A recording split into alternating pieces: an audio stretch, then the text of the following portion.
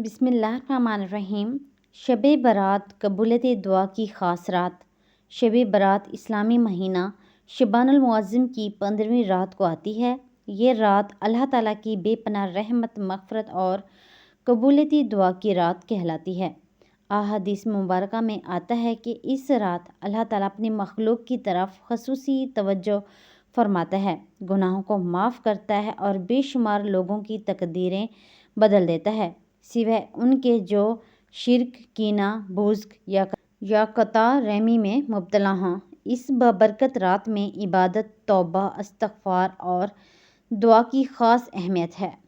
جو بندہ سچے دل سے اللہ کے حضور جھک جاتا ہے، اس کی دعائیں رد نہیں کی جاتیں۔ اس لیے شب برات کو قبولیت دعا کی خاص رات کہا جاتا ہے۔ شب برات کا خاص وظیفہ: عشاء کی نماز باجماعت ادا کریں، 2 رکعت نفل نماز نیت کریں، یا اللہ میں یہ نفل نماز تیری رضا اور مغفرت کے لیے ادا کر رہا یا رہی ہوں۔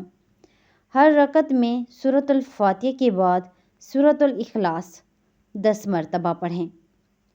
نماز کے بعد 100 مرتبہ استغفر اللہ ربی من کل ذنب واتوب الیہ پڑھیں۔ اس کے بعد 100 مرتبہ درود ابراہیمی پڑھیں۔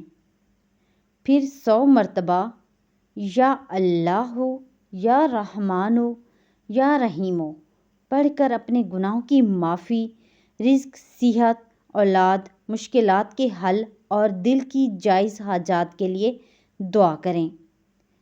آخر میں اپنے والدین، مرحومین، امت مسلمہ اور پوری انسانیت کے لیے دعا ضرور کریں۔